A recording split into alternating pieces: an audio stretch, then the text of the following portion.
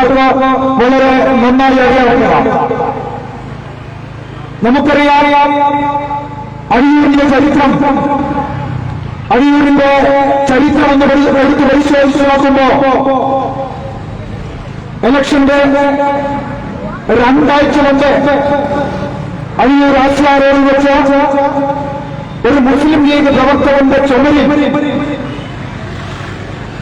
Poster ഒട്ടിച്ചതുമായി ബന്ധപ്പെട്ട് അദ്ദേഹം ചോദ്യം ചെയ്യുകയും അദ്ദേഹത്തെ ക്രൂരമായി മർദ്ദിക്കുകയുമായിരുന്നു ഇവിടെയുള്ള മുസ്ലിം ലീഗിന്റെ യൂത്ത് ലീഗിന്റെ പ്രവർത്തകർ. ആ സംഭവം കഴിഞ്ഞ ഇലക്ഷൻ ദിവസം 1-ാം വാർഡ് റഹ്മാനിയ മദ്രസയിൽ വെച്ച്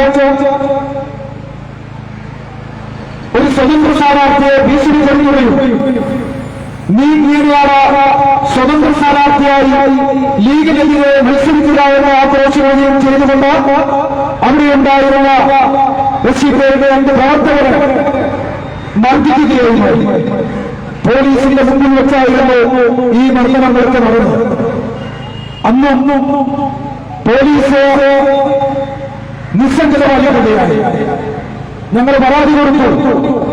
ആ പരാതി ഇന്നുവരെ പോലീസ് സ്റ്റേഷനെ സ്വീകരിച്ചിട്ടില്ല എന്നുള്ള ഒരു സത്യമാണ്. ആ സംഭവം കഴിഞ്ഞു. എസ്ഡിപിഐ 2 സീറ്റിൽ അഴിയൂർ പഞ്ചായത്തിൽ മത്സരിച്ച് വിജയിച്ചു. ആ വിജയാഘോഷം അഴിയൂർ ചുങ്കം ടൗണിലെത്തിയപ്പോൾ എതിരെ വരുന്ന യൂത്ത് ലീഗിന്റെ പ്രവർത്തകർ ഈ ചുങ്കം ടൗണിൽ നിന്നും പൂഴിപ്പുഴയിലേക്ക് നിങ്ങൾക്ക് പോകാൻ കഴിയില്ല, ഞങ്ങൾ തടയുമെന്ന് പറഞ്ഞപ്പോൾ ഞങ്ങളുടെ പ്രവർത്തകർ പറഞ്ഞു, ഇത് അഴിയൂർ പഞ്ചായത്തിന്റെ മണ്ണാണ്, പൂഴിത്തലയും അഴിയൂർ പഞ്ചായത്തിൽപ്പെട്ടതാണ്, അതുകൊണ്ട് ഞങ്ങൾ പോകാൻ വേണ്ടി ഞങ്ങളുടെ പ്രവർത്തകർ മുമ്പോട്ട് നീങ്ങിയപ്പോൾ യൂത്ത് ലീഗിന്റെ പ്രവർത്തകർ ഞങ്ങളുടെ ഏകാധിക പ്രവർത്തകരെ മർദ്ദിക്കുകയായിരുന്നു. ആ വിഷയത്തിൽ ഞാനടക്കമുള്ള ആളുകൾ അവിടെ സമാധാനം പാലിക്കുകയും പ്രകടനം മുന്നോട്ട് പോകാതെ പിന്നോട്ടേക്ക് തിരിച്ചുവിടുകയും ചെയ്തു. ആ സംഭവം അവിടെ കഴിഞ്ഞു. രാത്രി 10 മണിയോടെ ആസൂത്രിതമായി കുറച്ച് ആളുകൾ ചേർന്ന മുൻപും എസ്ഡിപിഐയുടെ നേതാവുമായ സാലിം പുന്നത്തിലിനെ അദ്ദേഹത്തിന്റെ വീട്ടിലെടുത്തു വെച്ച് വളരെ മാരകമായി മർദ്ദിക്കുകയായിരുന്നു. മർദ്ദിക്കുക മാത്രമല്ല, അക്രമികളുടെ ലക്ഷ്യം അദ്ദേഹത്തെ വധിക്കുക എന്നതായിരുന്നു എന്ന് ഞങ്ങൾക്ക് ഇപ്പോഴാണ് മനസ്സിലായത്. വളരെ ആസൂത്രിതമായി ആലോചനയോടുകൂടിയാണ് അത്തരമൊരു സംഭവം അഴിയൂരിന്റെ മുന്നിൽ ഇറങ്ങിയത്. ഒരിക്കലും നടക്കാൻ പറ്റാത്ത ഒരു സംഭവം അഴിയൂരിന്റെ മുന്നിൽ നടന്നു കഴിഞ്ഞു. പക്ഷേ പോലീസ് ആ സമയത്തും നിസ്സംഗരായിരുന്നു. നമ്മൾ മനസ്സിലാക്കേണ്ടത്, ഒരു പ്രദേശത്ത് അക്രമമഴിച്ചുവിട്ടുകൊണ്ട് ഒരു കക്ഷി ആരെയും പേടിയില്ലാതെ മുന്നോട്ട് പോകുമ്പോൾ ഇത് തടയേണ്ടത് ഇവിടെയുള്ള ജനാധിപത്യ വിശ്വാസികളുടെ ബാധ്യതയാണ് എന്ന് ഞാൻ ഇവിടെയുള്ള നാട്ടുകാരെ ഓർമ്മിപ്പിക്കുകയാണ്.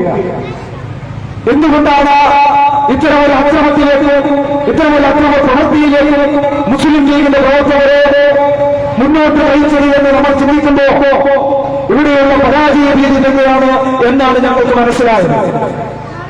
ഇലക്ഷന്റെ സംഭവത്തിന് എസ്ഡിപിഐ അഴിയൂർ പഞ്ചായത്തിന്റെ മണ്ണിൽ നിന്നും തുറച്ചിരിക്കുമെന്നും എസ്ഡിപിഐയെ ഈ അഴിയൂർ പഞ്ചായത്ത് ഭരണസമിതിയിൽ നിന്ന് ഇല്ലാതാക്കുമെന്നും പ്രഖ്യാപനം നടത്തിയിരുന്നു. ഇവിടെയുള്ള മുസ്ലിം ലീഗിന്റെ പല നേതാക്കന്മാരും ഇവിടെ വെല്ലുവിളിച്ചിരുന്നു. പക്ഷേ അതൊക്കെ മറികടന്നുകൊണ്ട് എസ്ഡിപിഐ അതിന്റെ ചരിത്ര വിജയം അഴിയൂരിന് മുന്നിൽ നേടിയെടുത്തിരിക്കുകയാണ്. 1ഉം 2ഉം വോട്ടിനല്ല, 200ഓളം വോട്ടിനാണ് എസ്ഡിപിഐ ചരിത്ര വിജയം നേടിയത്. നിങ്ങൾ മനസ്സിലാക്കേണ്ടത്, ഇവിടെ എതിരാളികളാണ് ആരായിരുന്നു എന്നാണ്.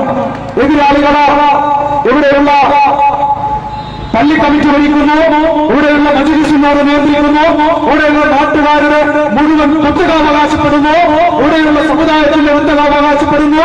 ഒക്കെ കൈയാളിക്കൊണ്ട് എല്ലാ ഭരണകൂടങ്ങളെയും എല്ലാ ഭരണങ്ങളെയും തന്റെ കയ്യിലൊതുക്കിക്കൊണ്ട് അതൊക്കെ ഉപയോഗിച്ചുകൊണ്ടായിരുന്നു ഈ ഇലക്ഷനെ നേരിട്ടത് എന്ന് പറയുമ്പോൾ നമുക്ക് ലജ്ജിക്കേണ്ടി വരുന്നു.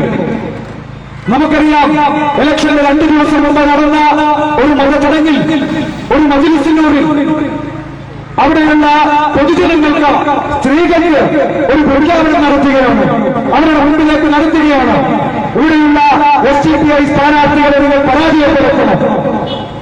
പരാജയപ്പെടുത്തണമെന്ന ഈ മതപരിപാടി മുസ്ലിം ലീഗിന്റെ നേതാക്കൾ സംസാരിക്കുകയാണ്, പല പണ്ഡിതന്മാരെ കൊണ്ട് സംസാരിക്കുകയാണ്. നിങ്ങളൊന്ന് മനസ്സിലാക്കേണ്ടത്, ഇവിടെയുള്ള ജനമുത്ഭുതരാണ്, ഇവിടെ രാഷ്ട്രീയ ബോധമുള്ള ജനവിഭാഗമാണ് അഴിയൂരിന്റെ മണ്ണിലുള്ളത് എന്ന് നിങ്ങൾ മനസ്സിലാക്കണം. വളരെ മുൻനിർന്ന വിജയം നേടി അഴിയൂരിന്റെ മണ്ണിൽ SDPI വിജയം വരിച്ചിരിക്കുകയാണ്. ഇവിടെയുള്ള മുഴുവൻ വോട്ടർമാർക്കും ഒരിക്കൽ കൂടി നന്ദി പ്രകാശിപ്പിച്ചുകൊണ്ട് ഈ പരിപാടി നിങ്ങളോട് സംസാരിക്കാൻ വേണ്ടി SDPI മണ്ഡലം പ്രസിഡന്റ് ഷംസീർ സാഹിബിനെ